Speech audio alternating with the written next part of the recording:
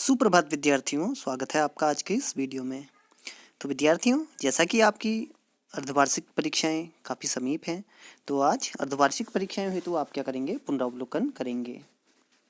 तो विद्यार्थियों, पुनरावलोकन शुरू करने से पहले आइए देखते हैं कि इस वर्ष जो आपका जो पाठ्यक्रम है उसमें आपका जो हिंदी है उसमें कौन कौन से जो पाठ हैं वो सीबीएसई द्वारा हटा दिए गए हैं।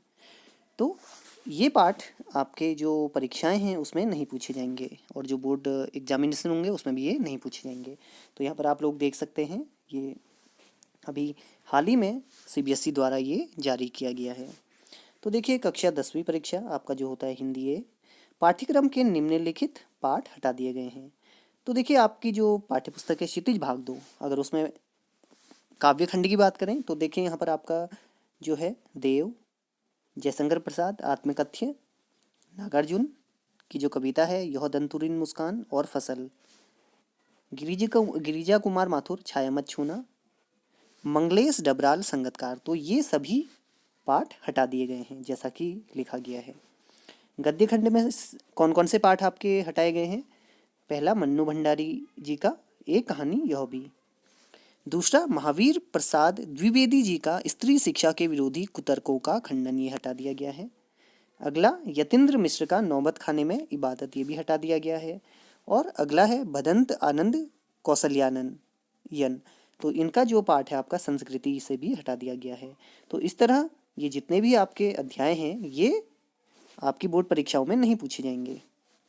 बात करें अगर कृतिका की, तो कृतिका में यही ठैया झुलनी हैरानी हो रामा, तो ये हटा दिया गया है। और मैं क्यों लिखता हूँ, ये पाठ हटा दिया गया है। तो इस वर्ष ये पाठ आपके बोर्ड परीक्षाओं में नहीं पूछे जाएंगे। तो विद्यार्थियों, आपको भी, आप जो भी रिवीजन करेंगे तो आप इन पाठों का रिवीजन नहीं करेंगे। इसके अलावा जितने भी हैं आपके अध्याय उनका रिवीजन आपको करना है। तो विद्यार्थियों, यहाँ पर आपकी पाठ्यपुस्तक का ये पृष्ठ दिया गया है, विषय क्रम। तो देखिए, इस बार आपसे कौन कौन से अध्याय पूछे जाएंगे, से प्रश्न पूछे जाएंगे? सूरदास, तुलसीदास, सूर्यकांत त्रिपाठी निराला और ऋतुराज। तो यही पाठ आपकी परीक्षाओं में आएंगे पद्य खंड से, काव्य खंड से। और गद्य खंड में जो आपके शुरुआती 4 चैप्टर हैं, स्वयं प्रकाश, नेताजी का चश्मा, राम वृक्ष, बेनीपुरी, बाल गोविंद भगत, यशपाल का लखनवी अंदाज और सर्वेश्वर दयाल सक्सेना जी का मानवीय करुणा की दिव्य चमक। तो ये पाठ आपके बोर्ड परीक्षाओं में पूछे जाएंगे और जो भी आपको बताए गए थे वो सारे काट दिए गए हैं। और कृतिका में माता का आंचल, जॉर्ज पंचम की नाक और साना साना हाथ जोड़ी, ये 3 पाठ पूछे जाएंगे आपसे। तो आपको केवल इन्हीं पाठों का अध्ययन करना है। तो विद्यार्थियों, आज पुनरावलोकन की इस कड़ी में आप पुनरावलोकन करेंगे सूर्यकांत त्रिपाठी निराला जी की कविताओं का। तो चलिए शुरू करते हैं। तो पहला प्रश्न था आपका, कवि बादल से फुहार रिमझिम या बरसने के स्थान पर गरजने के लिए कहता है, क्यों? तो बादल गरजो कहता है कविता में कवि, तो क्यों कहता है? तो देखिए, कवि ने बादल से फुहार डालने, रिमझिम करने या बरसने के लिए नहीं कहा, बल्कि गरजने के लिए कहा, क्योंकि कवि बादलों को क्रांति का सूत्रधार मानता है। तो क्या मानता है वो? क्रांति का सूत्रधार। गरजना विद्रोह का प्रतीक है। कवि बादलों के पौरुष दिखाने की कामना करता है, जो उनका पुरुषत्व होता है वो दिखाने की बात करता है।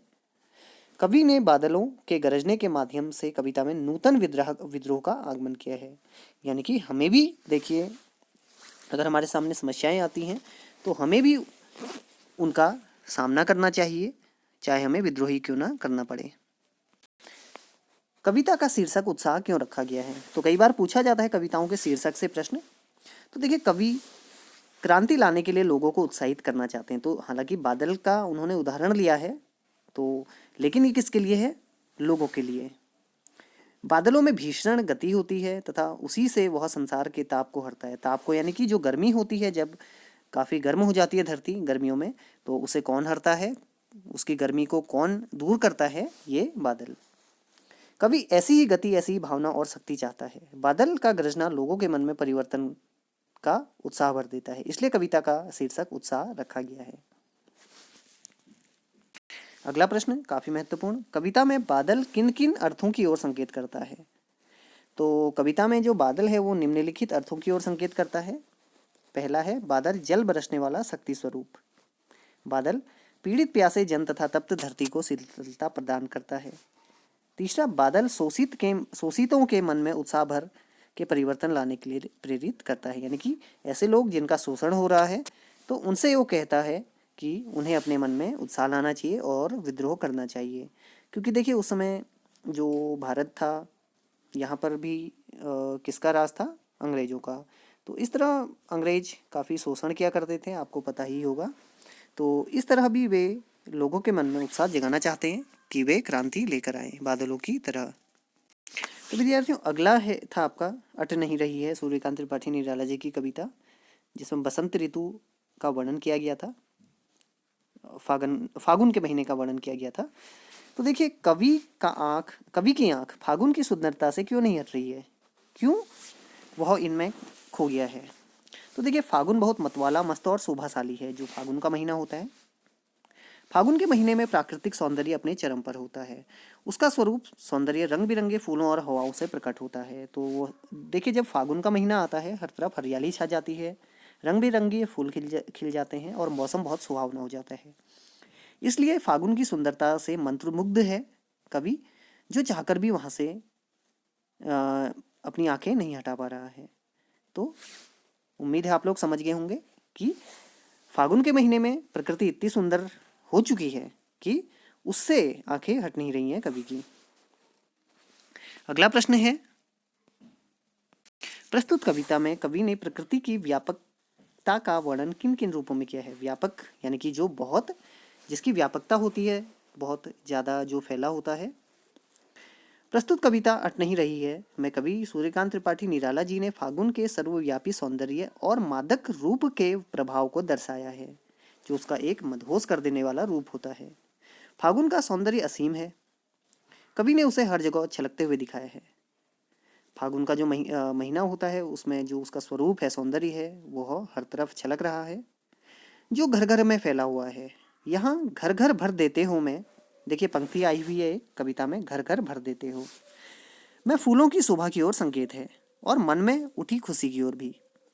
उड़ने को पर करना भी ऐसा सांकेतिक प्रयोग है जो पक्षियों की उड़ान पर लागू होता है और मन की उमंग पर भी। सौंदर्य से आंख न हट पाना भी उसके विस्तार की झलक देता है। तो देखिए यहाँ पर जो फागुन महीना है उसकी सर्वव्यापकता पर यहाँ पर प्रकाश डाला गया है कि हर तरफ वह फैला हुआ है, घर घर में, पेड़ पौधों में, पक्षियों में, पक्षी पर करते हुए अपने पर फैला रहे हैं और जितने भी लोग हैं सब का मन खुश है। अगला प्रश्न है, फागुन में ऐसा क्या होता है जो बाकी ऋतुओं से भिन्न होता है। तो क्यों इसी को चुना गया कवि द्वारा, फागुन ऋतु को। तो देखिए फागुन में सर्वत्र मादकता, सुंदरता छाई रहती है जो मन को मोह लेती है। प्राकृतिक शोभा अपने पूर्ण यौवन पर होती है, पूर्ण जवानी पर होती है। पेड़ पौधे नए पत्तों, फल फूलों से लद जाते हैं। हवा सुगंधित हो उठती है। आप हर जगह क्या कर सकते हैं, फूलों की सुगंध महसूस कर सकते हैं। साथ ही देखिए आकाश साफ स्वच्छ होता है, जैसा कि और मौसम में क्या होता है, बादलों से घिरा हुआ, बहुत ही नमी वाला, बहुत ही तेज गर्म। लेकिन यहाँ पर क्या होता है, आकाश साफ स्वच्छ होता है। पक्षियों के समूह आकाश में विहार करते हैं। बाग बगीचों और पक्षियों में उल्लास भर जाता है। इस तरह फागुन का सौंदर्य बाकी ऋतुओं से भिन्न है। तो विद्यार्थियों ये था आपका पुनरावलोकन उत्साह और अट नहीं रही है कविताओं का, जो कि लिखा गया था सूर्यकांत त्रिपाठी निराला जी द्वारा। उम्मीद है आप लोगों को समझ में आ गई, इसका जो भावार्थ है वो समझ में आ गया होगा। तो विद्यार्थियों एक बार और आप इस कविता को पढ़ेंगे और साथ ही इसका भावार्थ ग्रहण करने का प्रयास करेंगे। तो जल्द ही फिर से भेंट होगी, तब तक के लिए धन्यवाद।